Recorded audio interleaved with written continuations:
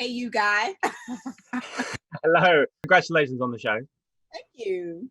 I've been watching some. I've purposely, I was saying to the guys before, purposely not blitzed it just yet because I'm very intrigued as to where it's going to go. So I'm kind of pacing myself a little bit. So it keeps me going.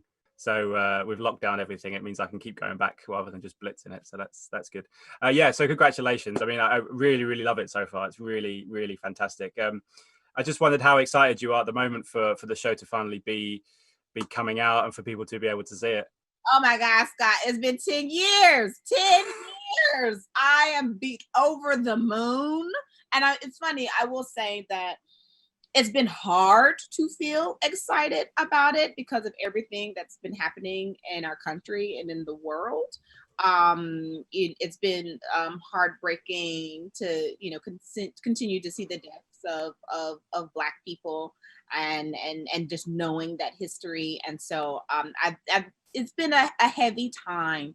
And so I will say, on a personal note, I've just begun to feel excited about it, and I almost feel kind of bad about being excited when so much horrible things are happening. But you have to embrace your sun when it shines, and so that's what I'm doing right now today with you guys. Yeah, and hopefully it provides a bit of respite for people. Exactly. With everything that's going on. So yeah, I mean, 10 years, that's quite an odyssey. Tell me how it all began, because it's, I mean, 10 years for most things is, I mean, it's a long time, don't get me wrong, but JCS,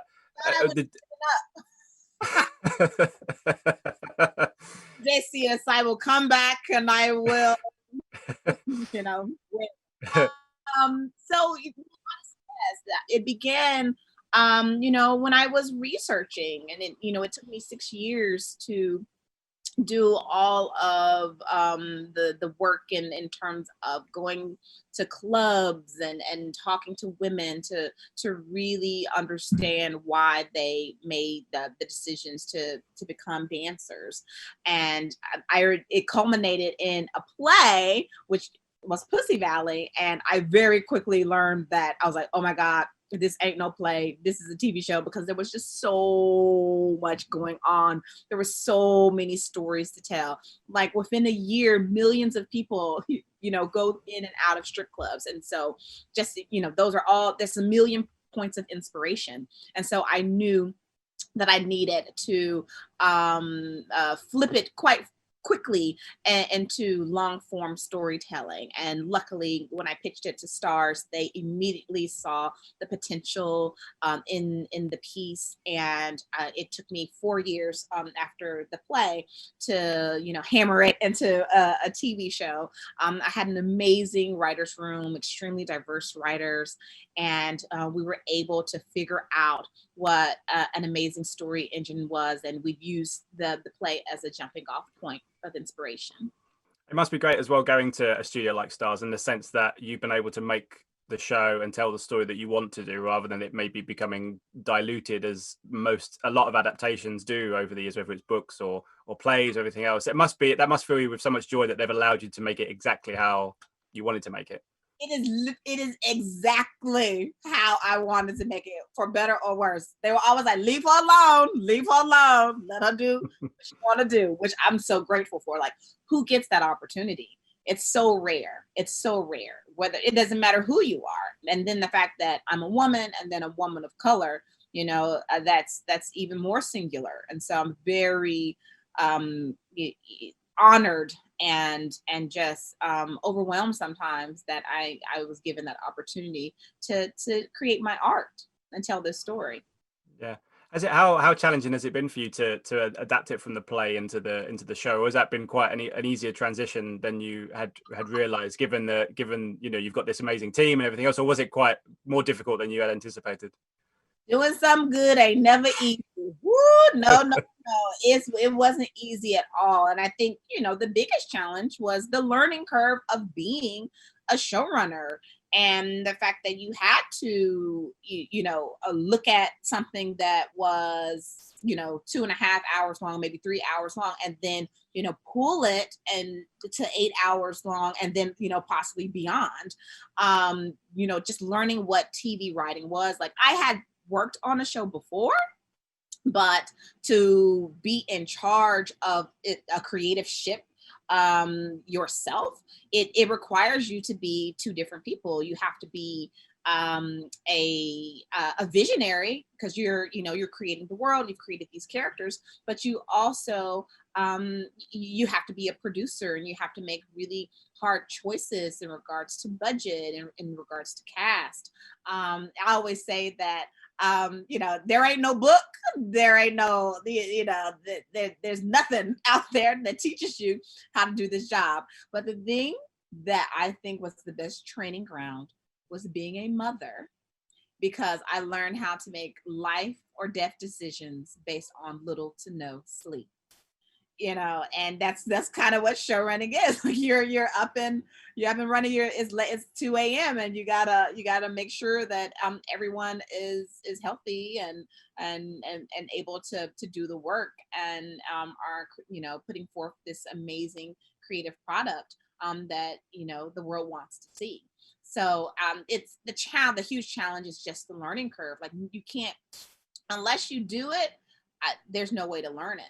Obviously, in terms of telling the story of the world, I mean, we've seen this world, not this specific world, but the world of obviously strip clubs and strippers over the years, and majority of those have been directed by men, and I think that's why obviously Hustlers last year, even though that's very different, was directed by a woman and was celebrated for the fact that it was directed by a woman and it was an all-female cast and everything else. How important has all of that been to you to make sure that you kind of stuck to your guns and said, this is where I want to make it, this is the way I think it will work, and this is the way that the story will be energized in the right way for people to kind of want to watch it? I mean, it's everything.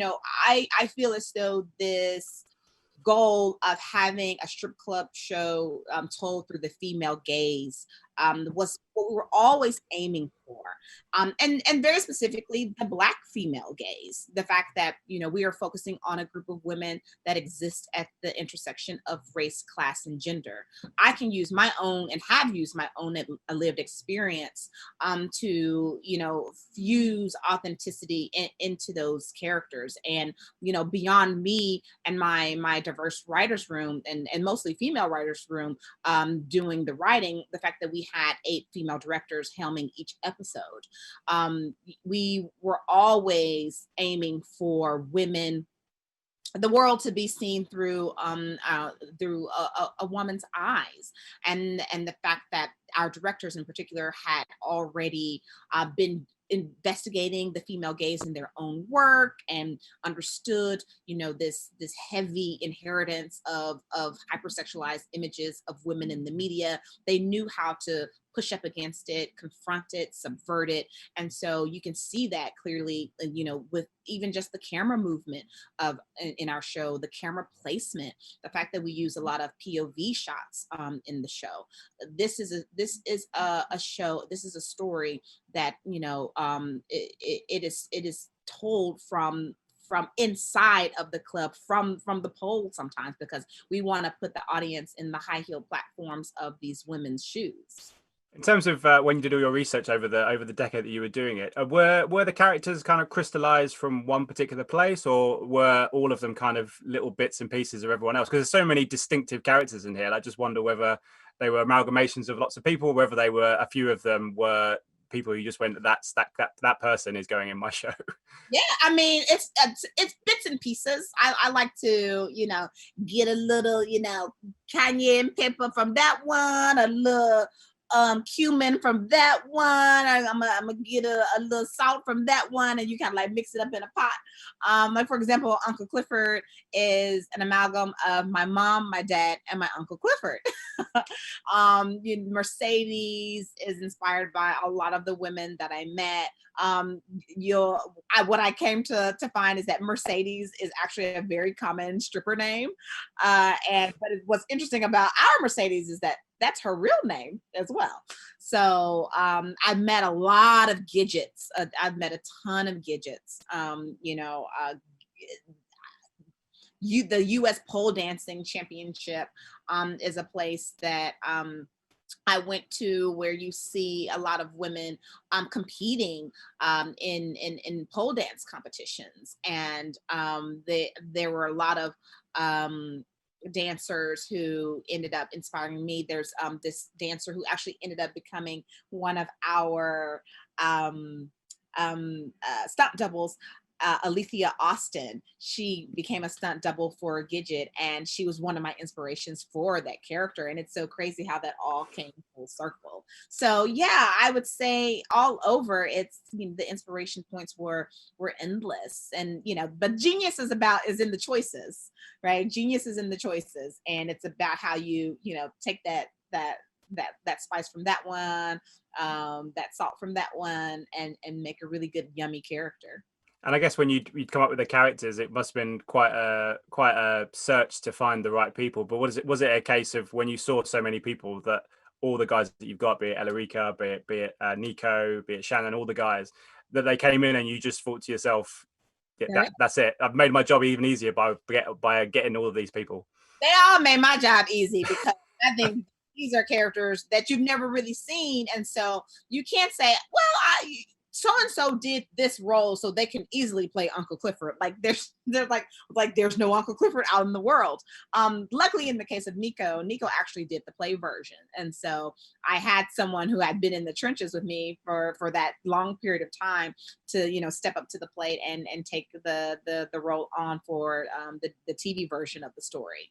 But in terms of, you know, finding the ladies and even Murda, like it was an audition process. I looked at thousands of tapes, and because I wanted it to be real, I wanted these women to feel like the women I had sat in the locker room with, I had broke bread with, and I am so honored and just so satisfied that they went above and beyond that. Like they're really amazing actresses across the board, and but besides their fierceness, they're also they also bring such, you know, amazing vulnerability to the roles, and I think that's what makes the show so special. You know, oftentimes we see these women and we don't think of them as human beings, we just think of them as fantasies, and the actresses that we have make you see that, you know, they're our mothers, they're our sisters, they're our daughters, they're people who dream and hurt and want things just like we do. They're human beings. Absolutely. Just as a final question, and obviously I know in America particularly, it's all, you know, there's lots of important discussions and important things happening all over the world, but particularly in America at the moment. And I know a lot of people would maybe say to you, oh, it's really good timing that you've got the show coming up, but actually it's good timing at any time that your show and what you have to say and the narrative, everything else. I mean, are you hopeful that people see past the timing in some respects and say, no, this is a story that no matter whether it was told before this had happened or after or 10 years ago, that it's important that we keep telling these stories and keep educating audiences of all, you know, from all over the world? I absolutely, the stories of the voiceless, the stories of the marginalized, the stories of the misrepresented, they're the stories that we need the most. I always say that invisibility is racism's most powerful tool.